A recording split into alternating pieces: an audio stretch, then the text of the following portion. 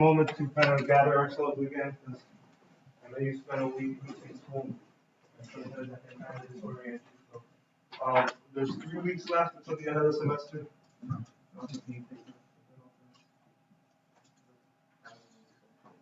Julian's gonna do it too.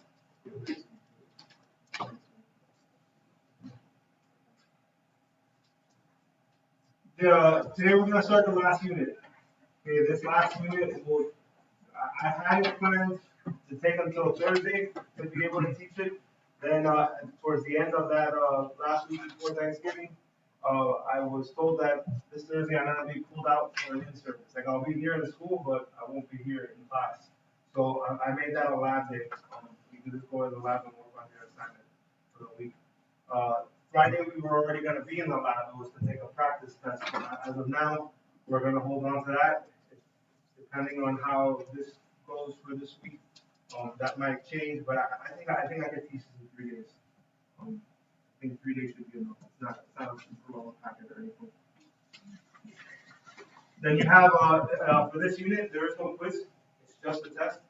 That test will be on Wednesday. You'll get to answer your questions. Besides the test next Wednesday, I would imagine in a lot of your classes, these 3 weeks are going to be a lot of testing. So you'll have retests for the. I have it in my notes as 3, 4, 5. That doesn't make sense. I was thinking it would be 4, 5, 6, but even then it might not be 6 because of the fact that you're just going to take test 6 now. So I have a meeting next period, and I'll double check and ask about which tests are going to be available for retake. I would guess for sure 4 and 5. I don't know about any other.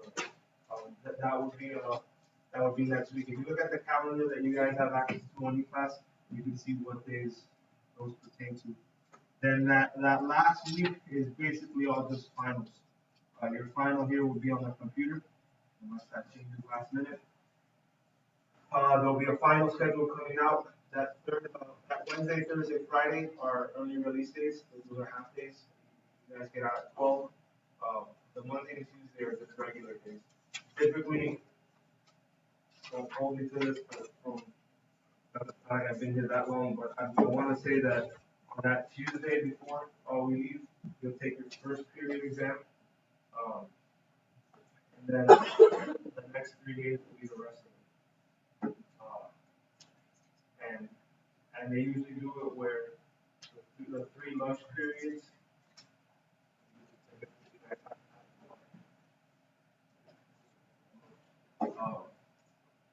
Like one day off, it'll be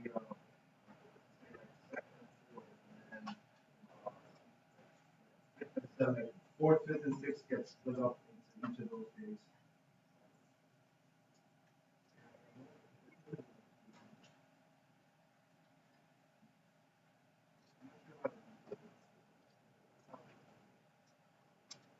When I get that schedule, I'll post it up on my class.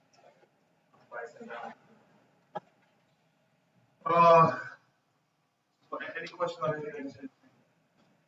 I wanted to give back the test from when we left tomorrow, and I still have some makeups left. So that might be back to Wednesday. It'll either be tomorrow or Wednesday that I give those back.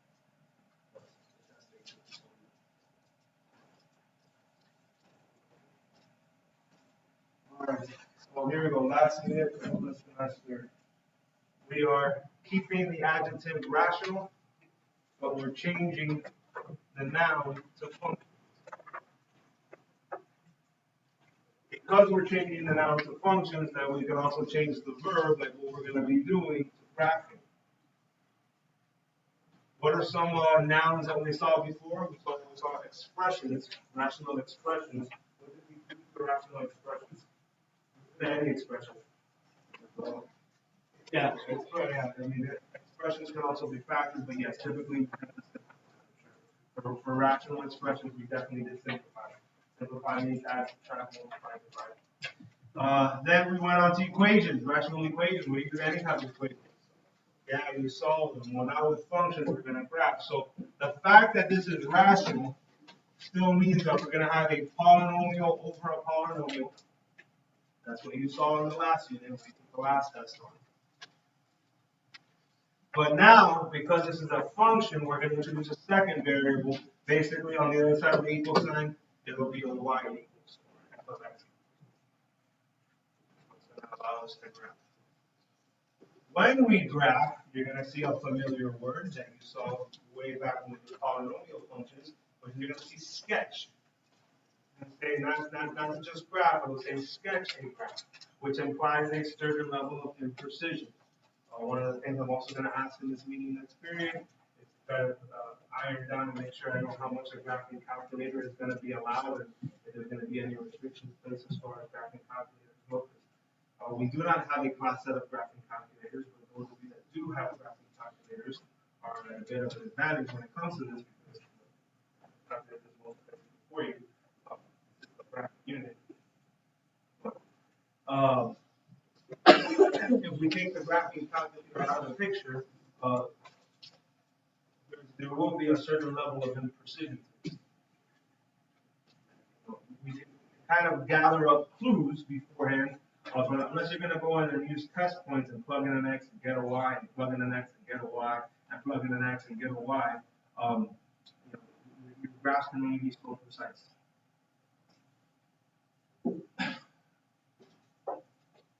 What are these kind of clues that you can gather beforehand? Well, the first one is we're going to look at the domain. Just like with anything else that had the word rational in front of it, before we use the word restrictions, we had restrictions. Now we're going to use the word discontinuities. So the domain of any rational anything is all real numbers, except for any restrictions. But now we're going to call those restrictions points of discontinuities. What is the cause of those discontinuities? What would cause us to have discontinuities? It literally says on the board right now, but it shouldn't have to say restriction. Number that causes. Say it again? Number that causes. Yeah, anytime the denominator is equal to have variables in the denominator, it's possible that the denominator could be 0, and we have a denominator that's 0.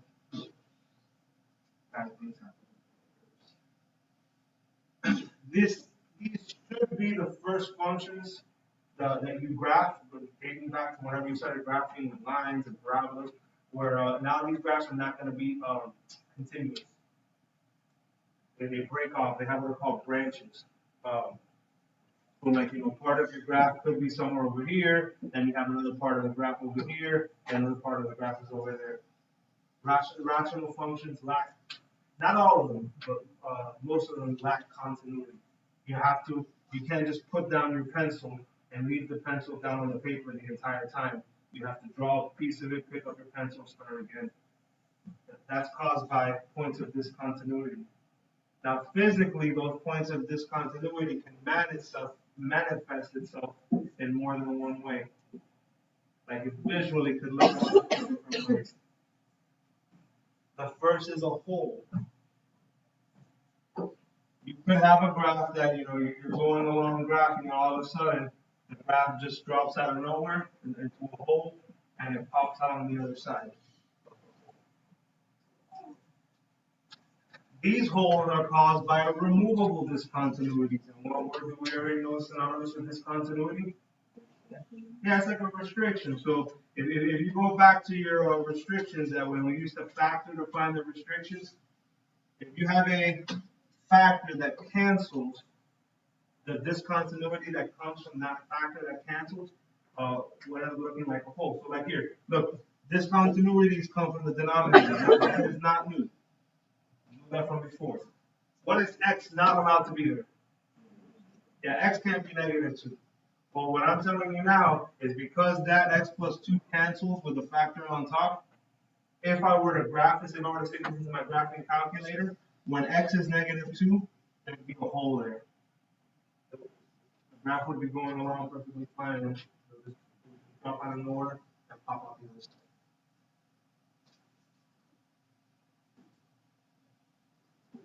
We also have non-removable discontinuities.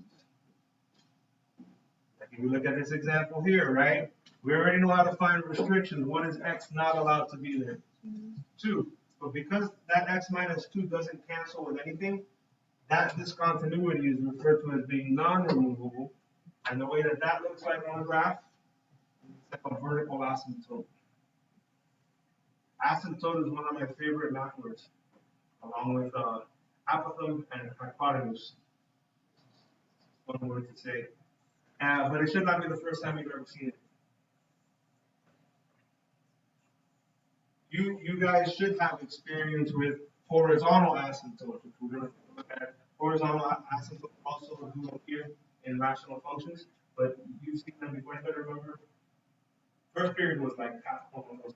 So I asked that in accurate. Look it up right now.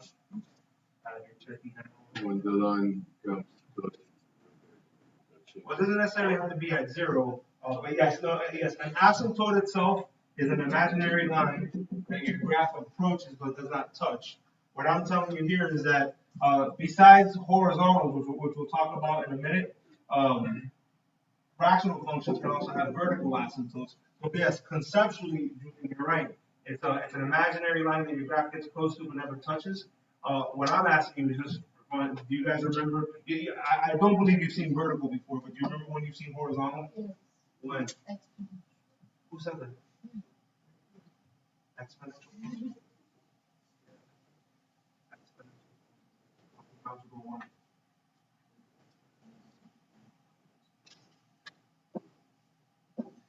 So speaking of which, okay, it is also possible to have a horizontal asymptote. Now, one big difference here. This is where I help you if you're awake. We talk about rational functions being some polynomial or polynomial. Polynomials can be expressed in different forms. What are the two main forms that we know how to write a polynomial? Factored or standard. Factored or standard. One has parentheses, one doesn't, right? When it comes to anything that deals with domain, which for these domain goes hand in hand with your discontinuities, there it's better to write them in factored. Like you need to see what your polynomials look like in factored. If they can be factored, factor them first. Or anything that involves domains. This is all under the realm of domain. Discontinuities work hand in hand with your domain. But when it comes to horizontal asymptotes, that's better in standard. So that's not written down there, but you guys are all being proactive and you're active in this.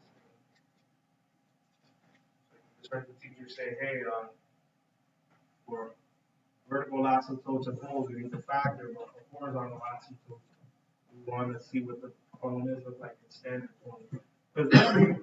Now look, could a polynomial be factored? Yeah, it could, and you could still find the horizontal asymptote, which is a lot easier in standard form because all we're going to be doing is comparing the degrees. We should already know how to identify the degree of a polynomial. So if the degree of the numerator is greater than the degree of the denominator, then we have no horizontal asymptote. You possibly may have what's called a slant asymptote or an oblique asymptote, but not always. We'll talk about that in a second. You will not have a horizontal asymptote. If what?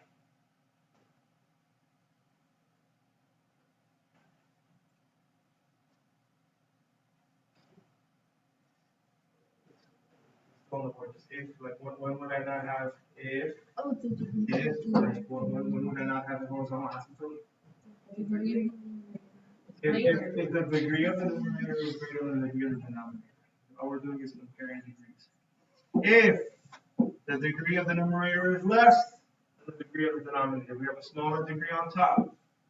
Yes, you will have a horizontal asymptote. It will always be at y equals 0, and for the lay person, y equals 0 is just right on top of the x-axis. Have an imaginary line, not touch, and it's going to be right on top of the x-axis. Now, this is not confusing enough, or just burdensome enough, or my brain's not ready to be learning stuff. Here's another for you.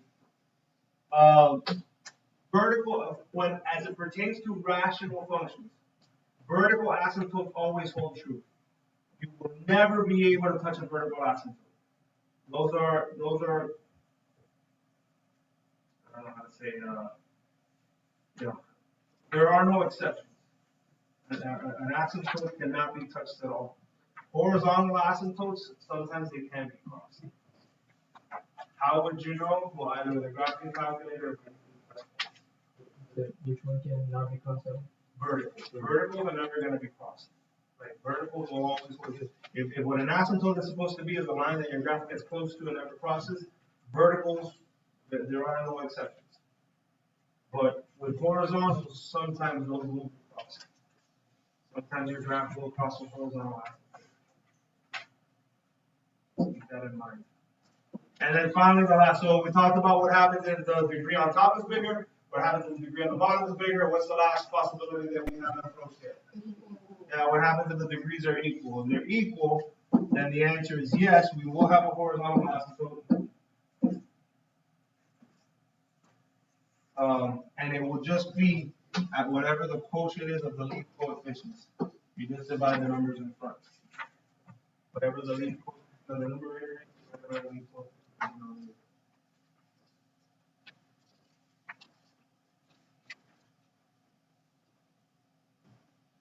What goes hand in hand with horizontal asymptotes are slant asymptotes.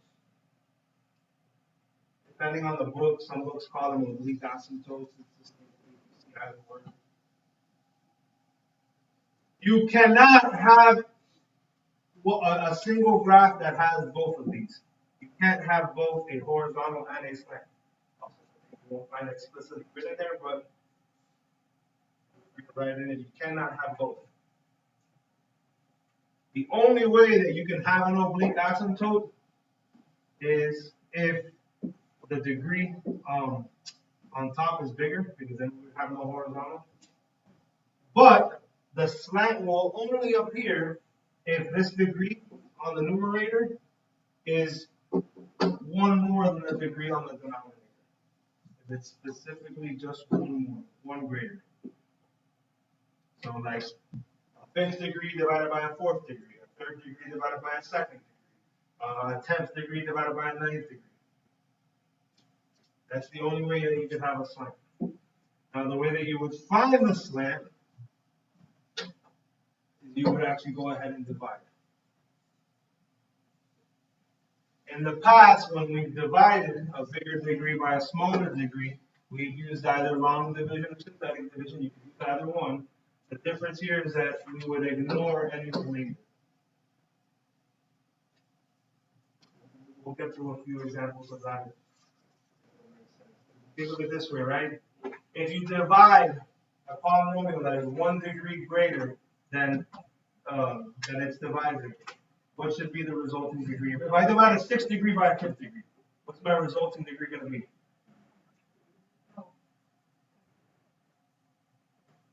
Anytime you divide a polynomial that's 1 degree bigger than what you're dividing by, what do you end up with? Say it again? Who said that? Very good. Yes, linear. The first degree, which would be linear. Line. The key word being line. It's going to end up looking like a line. Wherever that line would be, that would be where you're. Think of a slant asymptote like a diagonal asymptote. Vertical asymptotes come from discontinuities. Horizontal asymptotes come from comparative degrees. And I guess you could say slant asymptotes come by the same thing. It pertains to horizontal. The only way you can have a slant is if you don't have a horizontal. The last thing that we're going to look for, these are all things that we can find manually without having to use a graphing calculator, are going to be our intercepts. If you have an x-intercept, what you're going to want to do is remove any discontinuities first. Since you have to be able to then identify continuities, I would advise you to have the polynomials in factored form. If you have any removable discontinuities, remove them, and then just make whatever is left in the numerator equal to 0. Sometimes people get this confused with the discontinuities themselves because when you look for discontinuities, you're making the denominator equal to 0. When you're looking for x-intercepts, you're making the numerator equal to 0. But only after you remove these continuities. And the last thing are y-intercepts, where you can touch the y-axis. As with any function, it's possible to have multiple x-intercepts, but you can have at most one y-intercept. And these, because of the fact that these could lack continuity, it's even possible that you wouldn't have a y-intercept from time to time. But typically, if you are going to have a y-intercept, you can only have one. What you would do here is leave any discontinuities in, and now put in a 0 for x. It's going to tell you where you're going to touch the y-axis. That's this statement. This is thing to find the left.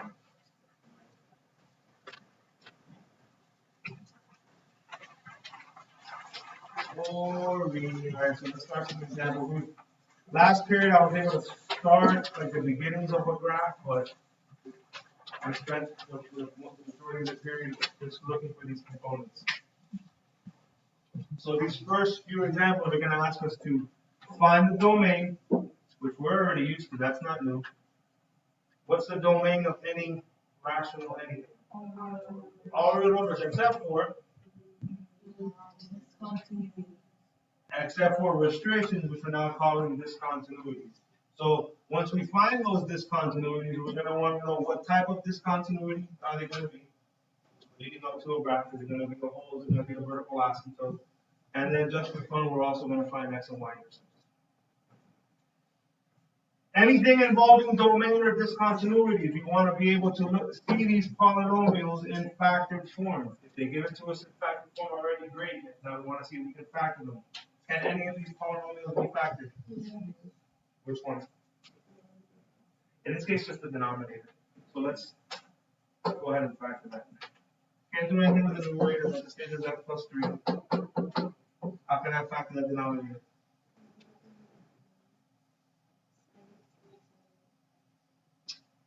X minus 3 and x minus 1.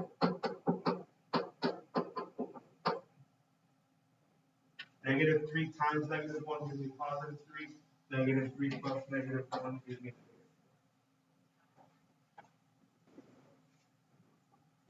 So now I can tell by looking at this how many total discontinuities am I going to have?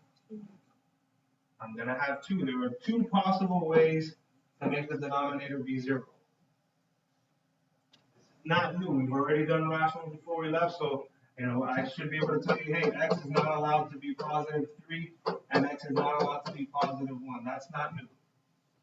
What is new is now you have to be able to tell me, well, if I were to graph this, how would these appear to be visual? Do any of those factors cancel out? When you look at the factors that these are coming from over here, do any of these factors cancel out with a common factor? So these are non-removable discontinuities. What do non-removable discontinuities end up looking like when you graph? Yeah, vertical asymptotes. So these would end up looking like a wall. I would draw a vertical line through 1 on the x-axis. I would draw 1 through 3, and whatever happens with your graph cannot cross those. You can start getting close to one of them, but then you'd have to stop, and then you'd have to start again, and then. But we're not worried about graphing. This did ask us for domain, and the most common way that we're usually asked for domain is to write an interval notation.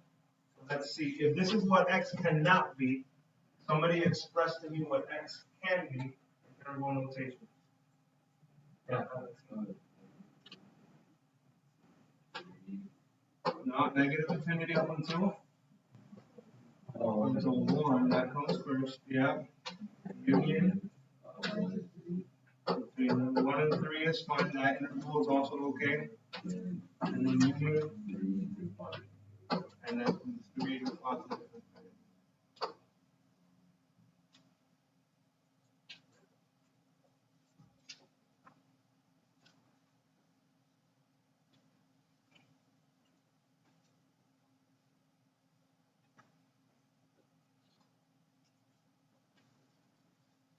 Now let's go with the intercepts.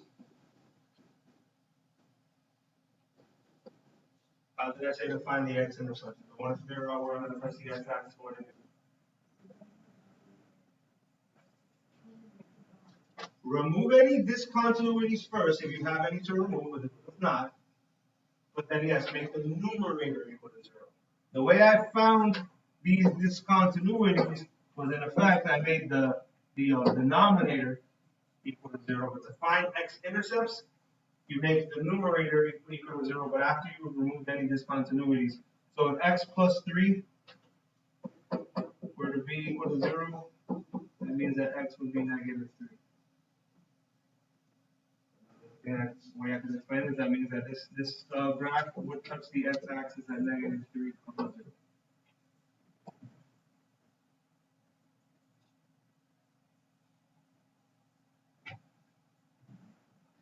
Yes. So would you do for another x-intercept? When I do another x-intercept for the 1, Like 3?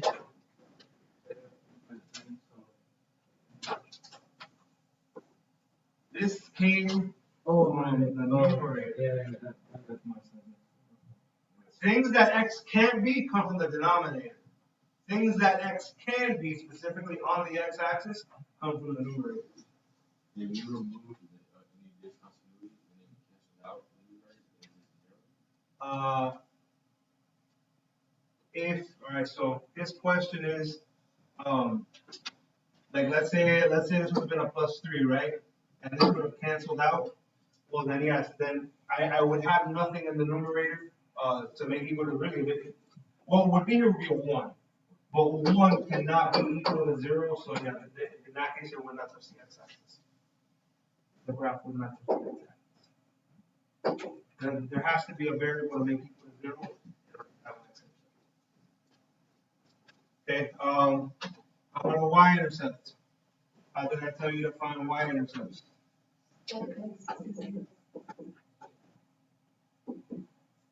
Change all the x's to 0. Leave in any discontinuities. Even if something were to cancel, leave everything in. As far as the form goes, it doesn't really matter. Some people like substituting better into factor form. Some people like substituting into a standard form. It doesn't really matter. I can't even tell you that I have a preference. Maybe sometimes it's easier for factor form, like to do it mentally, but that's not even always the case. So, yeah, I'll just do this one in factors. I'll do one later in standard. But this would be now that y is equal to 0 plus 3 over 0 minus 3 over 0 minus 1. So that's just going to be a 3. 0 minus 3 is negative 3, negative 1, so that's going to be a 3 also, y equals 1. You can have more than one x-intercept. You cannot have more than one y-intercept. And this y-intercept is going to be the 0 plus the y-axis is 0. Caroline, confusion? And the stop confusing. Really allowed to confuse us.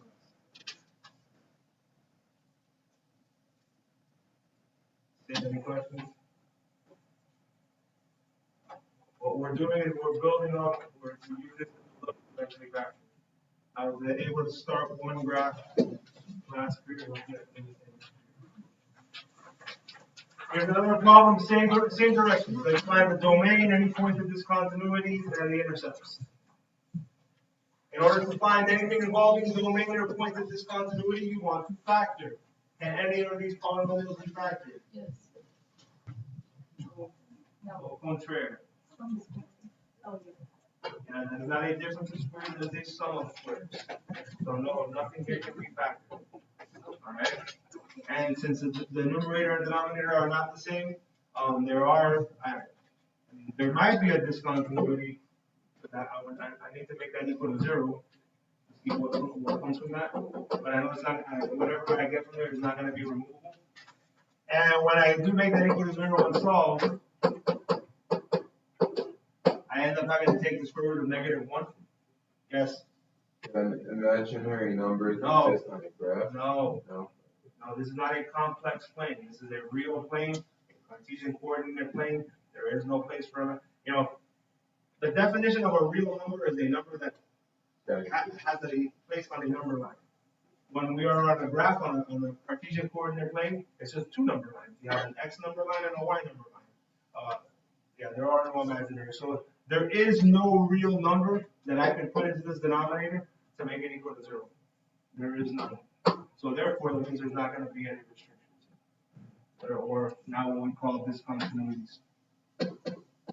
So because there are no discontinuities here, what's my domain going to be? Yeah, all real numbers or negative infinity to positive infinity. This is a marginal function. But this will not lack continuity. Right? And this one is one of the few I'll be able to put my pencil down and draw the entire thing without stopping. It does appear that this would have a horizontal asymptote. We're not being asked. So that's domain. We know that there's not going to be any holes or vertical asymptotes. How about intercepts?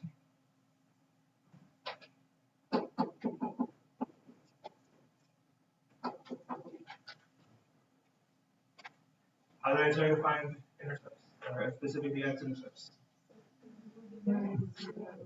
If you have any removable discontinuities, remove them. We don't. Make the numerator 1, make that equal to 0. So if x minus 5 are equal to 0, that means x will be 5. I'm going to touch the x-axis at 5, 0.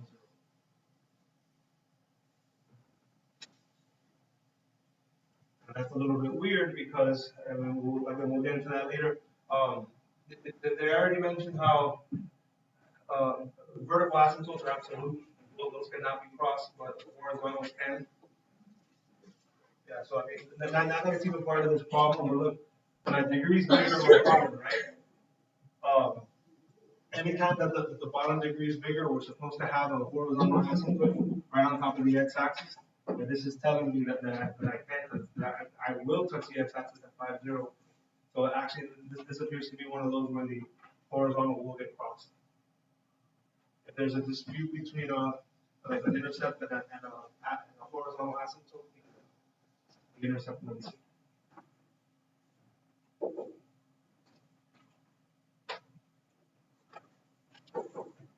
How about the y-intercepts?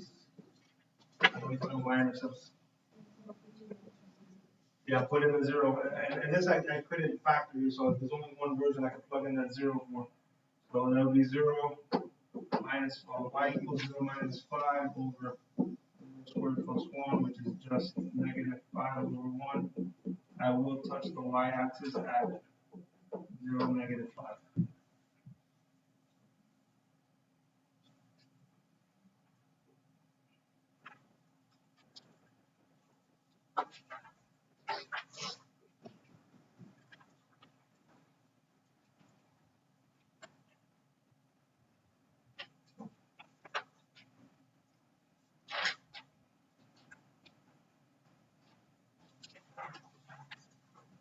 Any questions there? Okay, how about this one? Same directions. Let's find a domain and then the intercepts. In order to find anything with domain, I want to factor, and anything needs to be factored. And any of those polynomials can be factored. Yeah, which one? That one? Oh, the top one, yeah. Y equals x minus 4 plus 1. Even before I factor, maybe I should have answered this beforehand. How many total discontinuity did you tell that we were going to be able to have? 1, yeah, because I had one factor in the denominator. I already knew that x would not be able to be equal to 4. But what I can see now from factoring is that factor actually cancels out. So if I were to simplify the right side, I would end up with y equals x plus 1. How would you describe this? Or not to describe it, these are words to describe. Linear, yeah, linear would be a good word to describe it. If you're back in algebra 1, this is the y-intercept. Have a slope of 1 over 1. The difference is that because that came, like if I were to graph this, yeah, it's gonna look like a line. It's gonna look like y equals x plus 1, with one exception. Because it came from a rational, I'm gonna have a point of discontinuity, and because I was able to cancel that out, because it was removable, this is gonna look like a hole.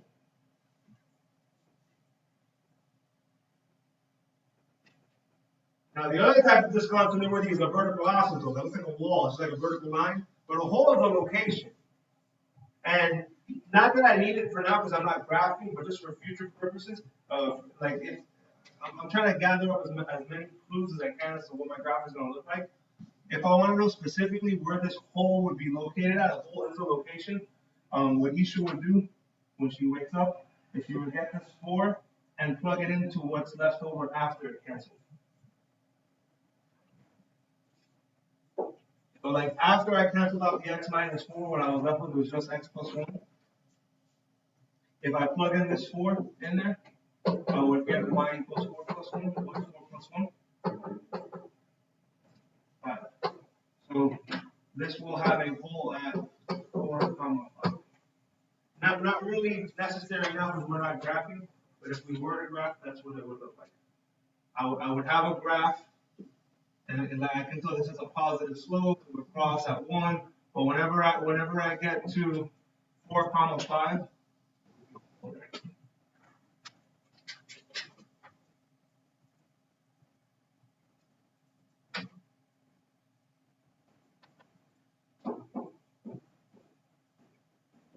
being asked about the domain, what would be the domain?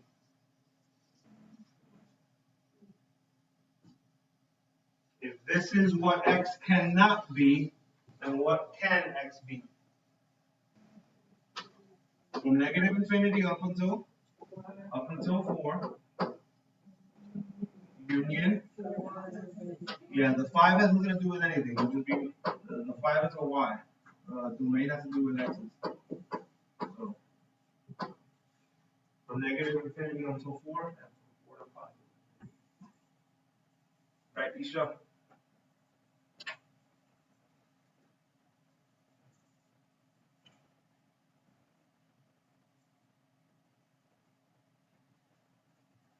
Okay, how about intercepts?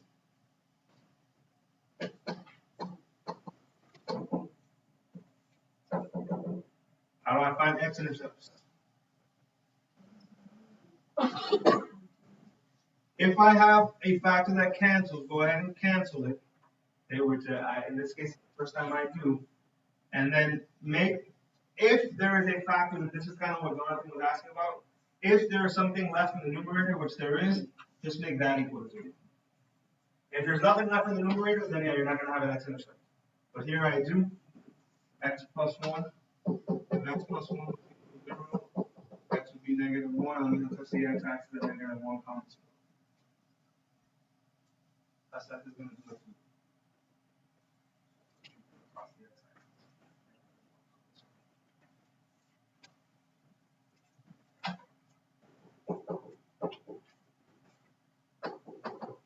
How about y-intercepts? Leave everything in, and whether you want to do it on the factored form over here, or whether you want to do it into the standard form over here, like go to the original, or whichever one you want. We'll plug in a 0 for x. Before I use factors here, I'll do standard on this one. Just plug in a 0 for the x's. So this was 0 squared minus y. Y equals 0 squared minus 3 times 0.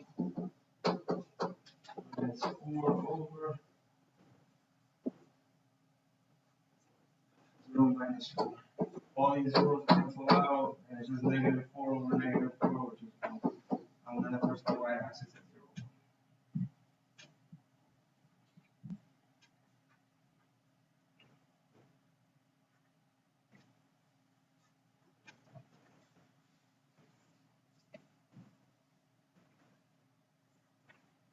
Yes, sir. Can I have my textbook or get in bigger? Because I wasn't here last Friday, so I'm not sure if you gave me Listening earlier, why am I gonna give the test back? I did tell you. At the very beginning. Very beginning, I said, hey, welcome back, it's been a week, let us regather ourselves. And I said, I'm planning on giving you back. Well, correct, I was planning on doing it tomorrow, but I still have a couple makeups that I have to give out. One, which I'm not too concerned about, but the other one I am, so that might need to get put on until Wednesday. It'll be on a Tuesday or Wednesday.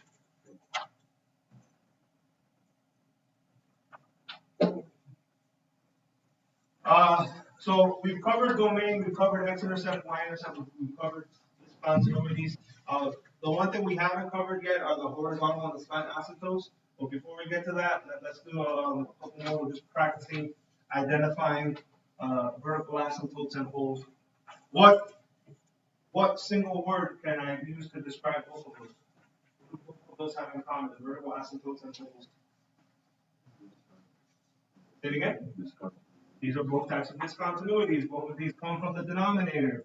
Ideally, I would like to have my polynomial down there be in factored form.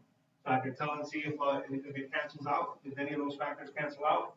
So like I already know from looking at this that I have two discontinuities. That x can't be 2 and x can't be 3. But are any of those removable? Since neither of those are removable, how would they both appear on the graph? They would both be vertical asymptotes.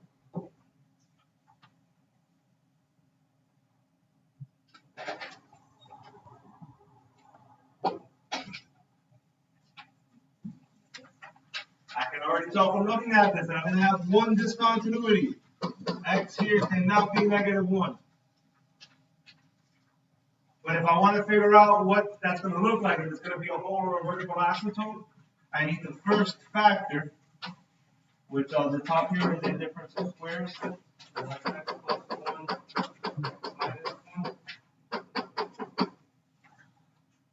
So the factor that this -1 comes from, which is this x plus 1, does that cancel out?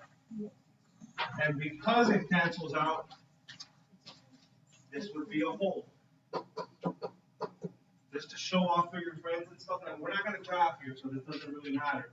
But if you wanted to show off, and you wanted to know the exact, the precise location of that hole, you could get this -1 and plug it in. So here what's left over is that x is equal, y is equal to x minus 1. That's what's left over after you cancel out the factors. If you plug in that -1 into that, I'll get y equals -1 minus 1. What's -1 minus 1? Yeah, so this hole would specifically be located at -1, -2. The question wasn't asking that. The question just wanted to know if I have a hole or vertical asymptote.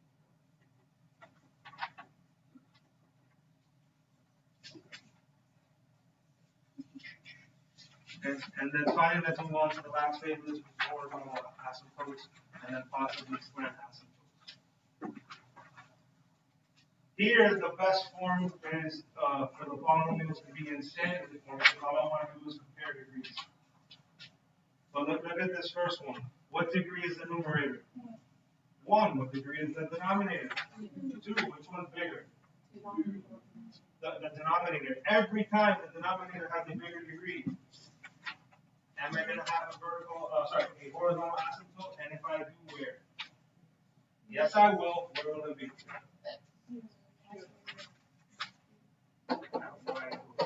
Yes, I will have a horizontal asymptote. It'll be a y equals 0. For the lay person, where is y equals 0 located?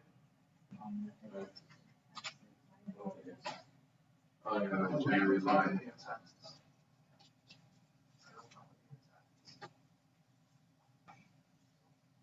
Now that would be a little weird too, because look, see,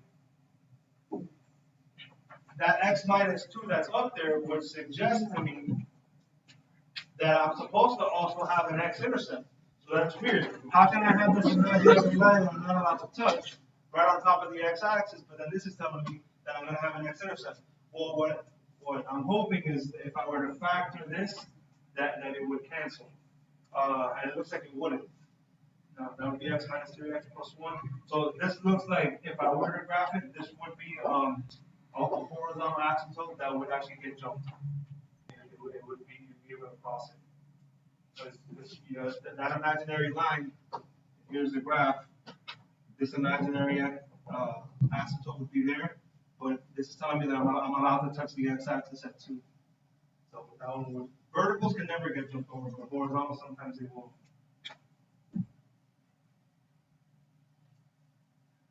Okay, let's look at this next one here.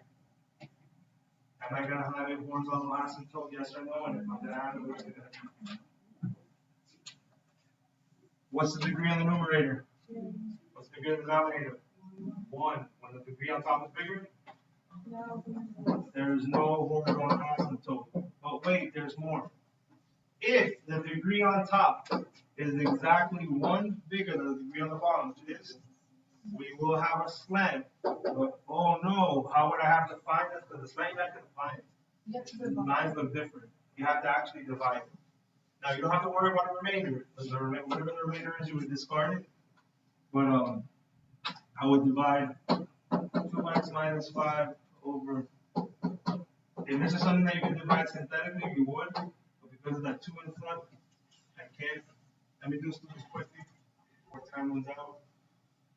Divide in front. What is x squared divided by 2x? Last period they couldn't figure that out. Wait. No, the x squared is the same thing as saying xx over 2x. So what do we end up with? You could say x over 2, but it's the same thing as saying 1/2 x. Half of 2 is 1, and x times x is x squared, so this matches up as it should, but it's supposed to end up canceling out. Half of -5 is -5 over 2x, but then we're supposed to change the sign, so that's what gets that to cancel. And this becomes plus. 2 plus 5 over 2 ends up being 9 over 2. I'm just trying to save you time. And this minus 3 drops. 9 over 2x divided by 2x. Now we're supposed to divide again. When we divide, the x's are going to cancel. And 9 over 2 divided by 2 is the same thing as saying 9 over 2 times 1/2, which is 9 over 4. I don't even need to waste my time multiplying again because all that I'm going to be left with is a remainder, and I don't care about the remainder. So this is just saying that I will have a slant asymptote at y equals 1/2 x plus 9 over 4. I would cross the y-axis at 9 over 4, which is 2.25. It's a little bit above the 2. And what would my slope be? 1/2. You don't get a lot of those. Slant asymptotes could possibly also be crossed.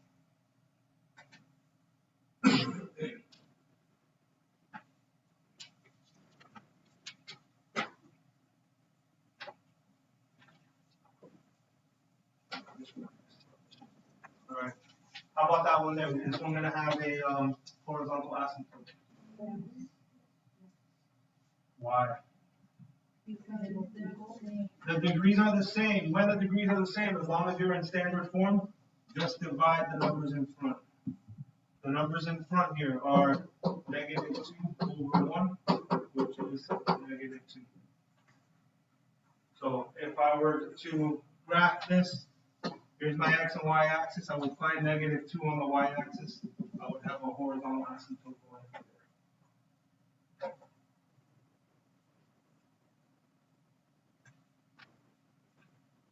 So now you've seen an example of, or multiple examples of finding vertical asymptotes, holes, horizontal asymptotes, slant asymptotes, and x and y intercepts. So starting tomorrow, we're going to put all of those together, and we're going to start graphing. We'll graph tomorrow, we'll graph Wednesday, and depending on how many graphs we can do on those 2 days, that will determine what we do on Friday. This Thursday, I'll be in the building, but I won't be here. No questions? Caleb, come and see me for a second.